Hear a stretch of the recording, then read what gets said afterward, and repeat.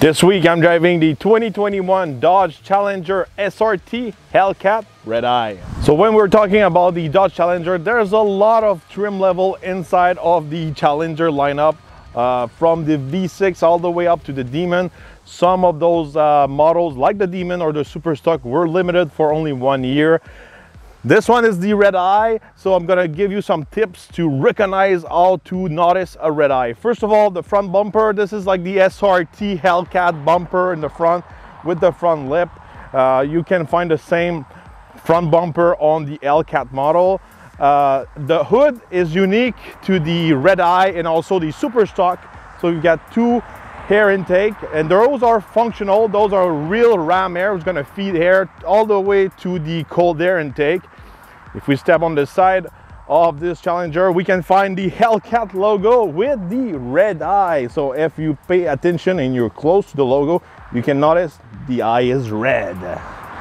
So the model this week, it's a pretty rare model because this is a Redeye without the wide body. It's a strange combo from my point of view.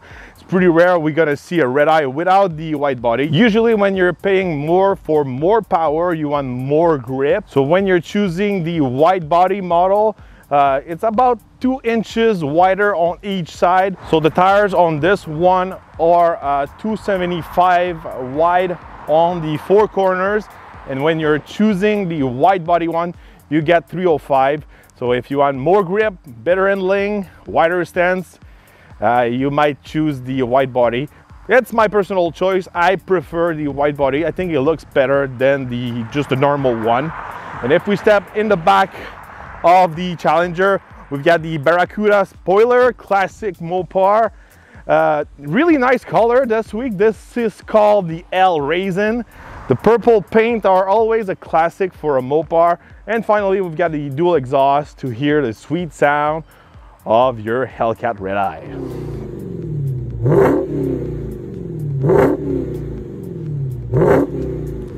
If we take a look at the trunk, you know, if we compare this trunk to the Mustang and the Camaro, this one is way bigger, way much more practical. Even if this Challenger has got plenty of power, it's a real muscle car, it's still practical. You can still do your groceries and all kind of stuff.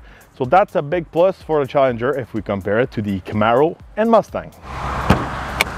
Under the hood, we can find a V8 Hemi 6.2 liter, good for 797 horsepower and 707 foot-pounds of torque. So you get more power than the Hellcat model. On the Hellcat side, you get 707 horsepower or 717 horsepower, depending on the generation of the Hellcat. You know, the big difference under the hood, without going really deep into the details, it's really the size of the supercharger. The Hellcat model's got a 2.4 liter supercharger, and under the hood of the Redeye, same thing for the Demon. And also the Super Stock, you will find a bigger supercharger, a 2.7 liter. So a bigger supercharger.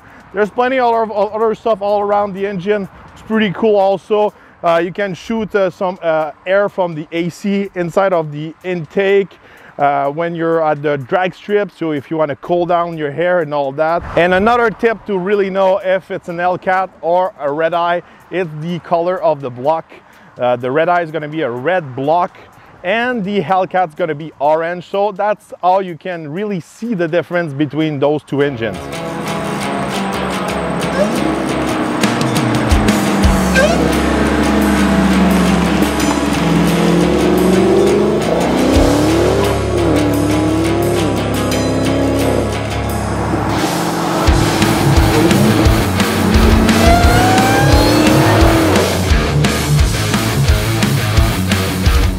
.797 horsepower under the hood. I'm gonna do a launch control. Let's put it in track, put it on the launch button, and I'm gonna press on the brake. Let's go.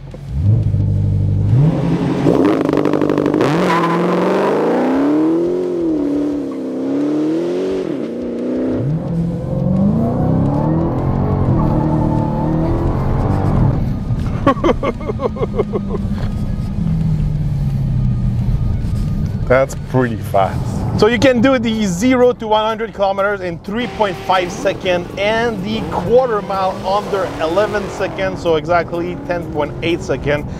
It's a pretty fast machine. This car is built for the quarter mile. Obviously, this week I don't have the wide body model, so I've got less grip, I could say, but it was not a big deal. I was expecting, you know, a big gap in between the grip of the wide body and this one. Today I've got some really good condition to test, you know, the traction.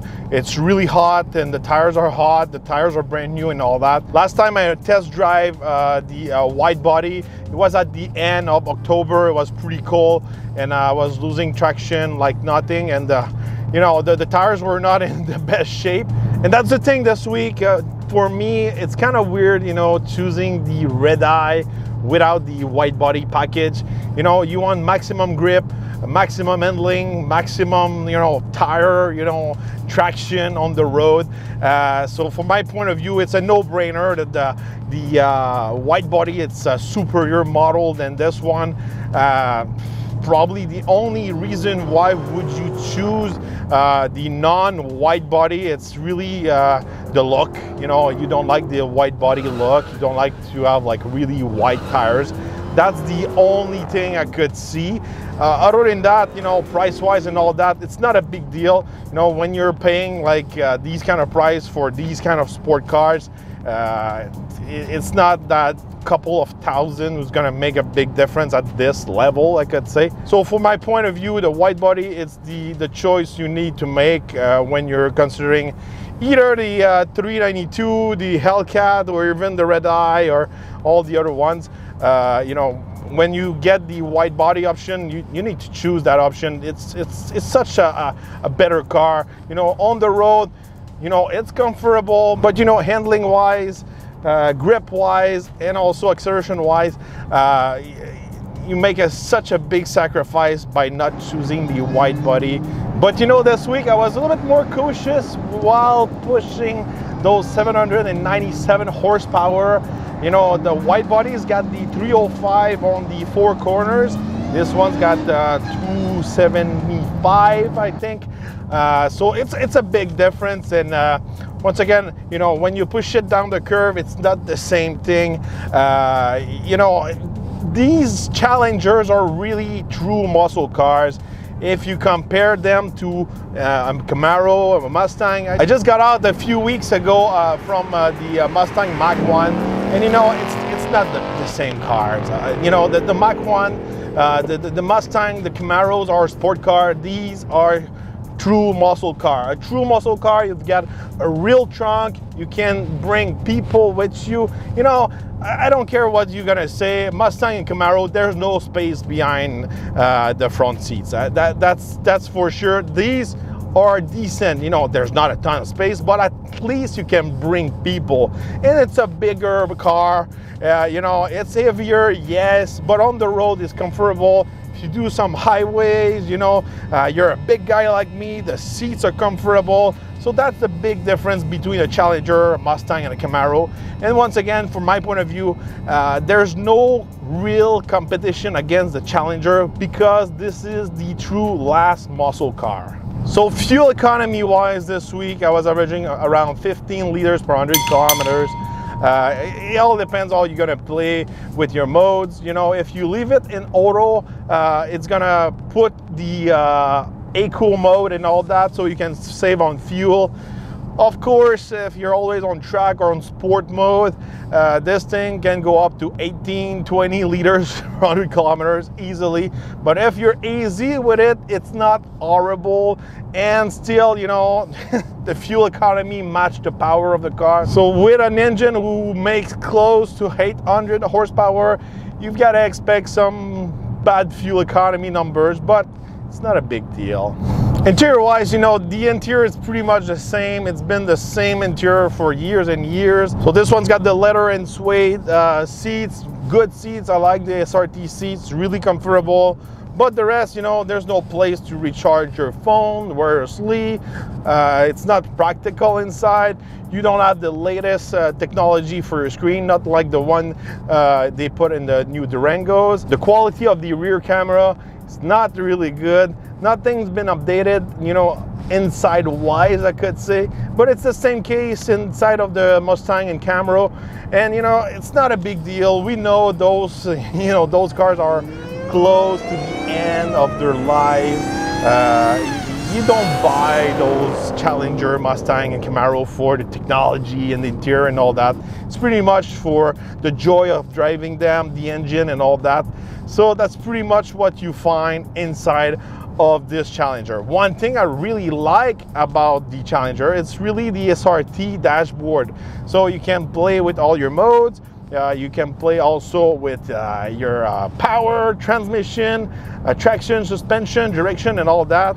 Also, you can limit the power of your Hellcat Redeye. So if someone borrows your car, you can give them the black key. The black key is going to limit the power to 500 horsepower. And when you get the red key, it unlocks all the power, so 797 horsepower. So that's really cool. So one thing I've been playing a lot with this week also is the race options. So we've got the line locks if you want to warm up your tires or basically just do a burnout. You've got your launch control like I already showed you. You've got also your shift lights. So you can pre-set up the shift light where you want to shift your gear with your RPM and all that.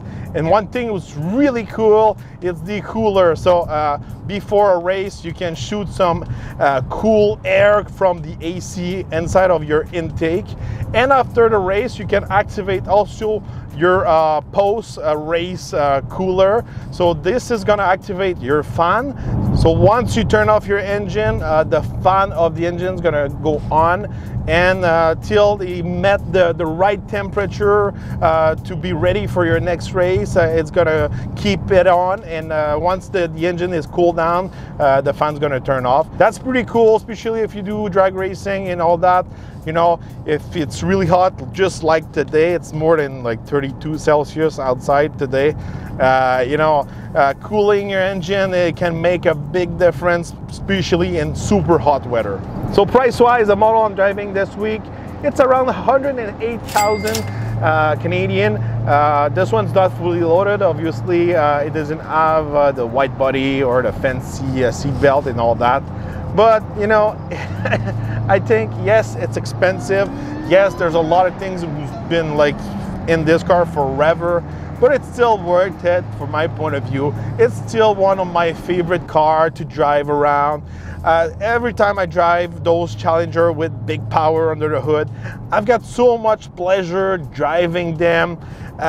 For me, it's worth it. And we all know, you know, the days are numbered for these cars, so they're gonna turn collectible in a couple of years, that's for sure. And you know, we're approaching to a future who's gonna be all electric. It's gonna be like driving a phone or driving an appliance, so the passion won't be there anymore. So it's gonna be rare to have something who's gonna have the retro look like that, the performance of big power, the sound of the supercharger, the sound of the exhaust and all that.